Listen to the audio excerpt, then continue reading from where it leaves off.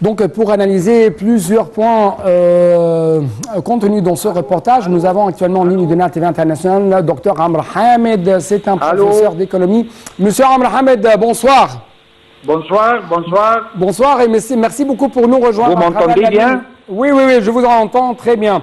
Je sais qu'il y a quelques problèmes techniques, mais on va essayer de les améliorer durant les prochaines minutes. Mais permettez-moi de vous poser cette question. C'est un peu difficile d'entendre chez moi ici. Je vais essayer de hausser ma voix, mais en tout cas, on trouve que le président égyptien Abdel Fattah al-Sisi a mis en garde aujourd'hui les citoyens égyptiens contre les tentatives visant à les mettre dans un état de doute envers tout accomplissement réalisé sur le terrain par le peuple et l'État égyptien. C'est ce qu'a passé selon le président, c'est ce qu'a passé au début du creusement du projet de nouveau du canal de Suez en 2015. Et le canal a apporté seulement, par exemple en 2015, 5 milliards de dollars, mais avec le doublement du canal de Suez, avec le creusement de ce nouveau canal de Suez, le canal est devenu plus rentable, 7 milliards de dollars en 2022, un record, alors qu'il y a une récession dans le monde entier.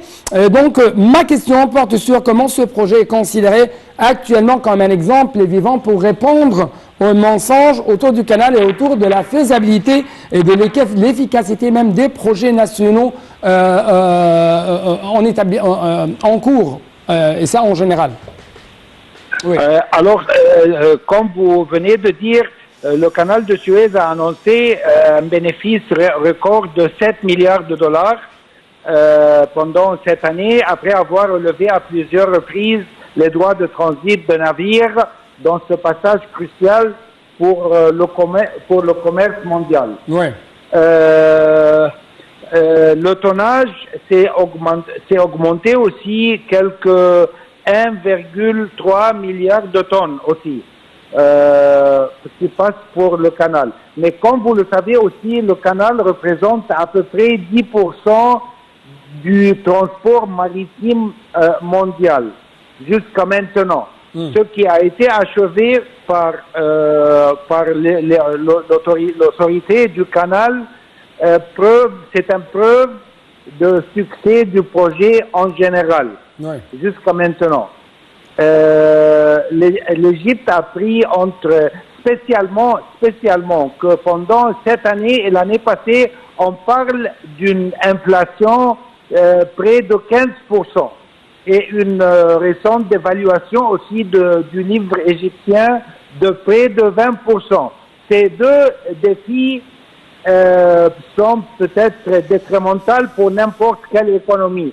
Mais d'après ça, le succès du canal de Suez, je veux dire spécialement le second voie du canal de Suez. Le second voie du canal de Suez qui avait permis de doubler les recettes, augmenter le nombre et les tonnages de navires en transit et accueillir des nouvelles générations de navires géants, ainsi que d'accroître le rôle économique, industriel et social, si vous voulez. Tout ça, c'est une preuve que il y a déjà les deux défis que je viens de mentionner maintenant, l'inflation et aussi le taux du livre égyptien. Mais d'après ça, et vous pouvez ajouter aussi la guerre entre la Russie et l'Ukraine. Tous ces défis, malgré tous ces défis, le projet est un grand succès, pas seulement pour cette année, mais peut-être aussi pour les années qui viennent. Oui. Autre question. Selon toujours le président, il y avait ceux qui ont essayé d'affirmer au peuple égyptien qu'il y a des projets qui sont établis par l'État à l'improvisme, qui sont établis par l'État sans préparatifs, sans études. Alors que le président a affirmé qu'à partir du canal de Suez, il y a toujours des instances qui étudient d'une manière approfondie tous les projets nationaux. L'exemple en est, c'est le nouveau canal qui a couvert, premièrement, ses coûts d'établissement, ses coûts de creusement, devenus rentables, et productif de manière qu'il finance le développement de ces potentialités afin de comprendre l'évolution du niveau de transport et du commerce maritime. Et donc ma question porte ici,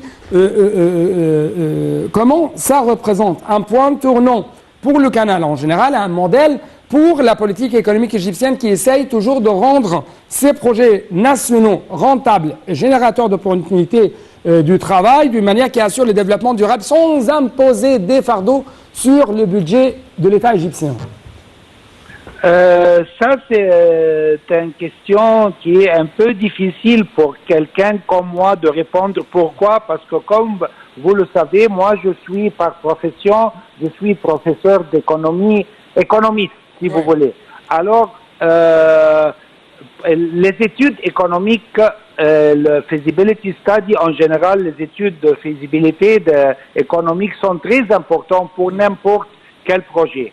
Mais si on parle des méga-projets nationaux, des grands méga-projets nationaux, peut-être parfois la décision n'est pas toujours économique. Parfois la décision peut être stratégique ou, je ne veux pas dire politique, mais disons stratégique du point de vue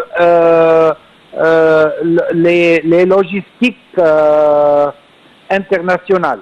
Alors, si on parle d'un projet, un méga projet comme le canal de Suez, par exemple, encore une fois, ça c'est un projet, disons, c'est un projet, premièrement, c'est stratégique, deuxièmement, c'est politique, et peut-être troisièmement, c'est une question économique, c'est un projet économique. Mais ce que je veux dire, n'oubliez pas qu'on a commencé ce projet peut-être de 2014 ou 2000, oui, on a commencé 2013. Exactement, c'est quelques mois après la Révolution. Oui. Alors, c'était une période, si vous voulez, très critique pour l'Égypte au moyen du monde entier. Ouais.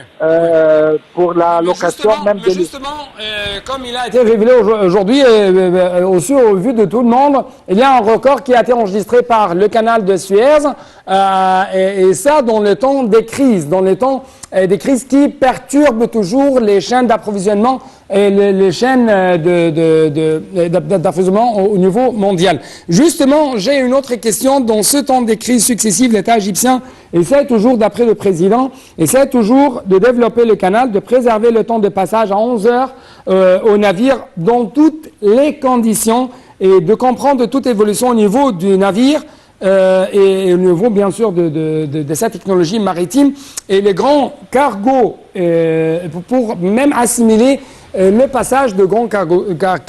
Donc, ma question, comment ça reflète, ou plutôt se reflète sur ces classements et comment ces capacités compétitives au niveau du commerce maritime international si je puis dire, s'améliorent de plus en plus?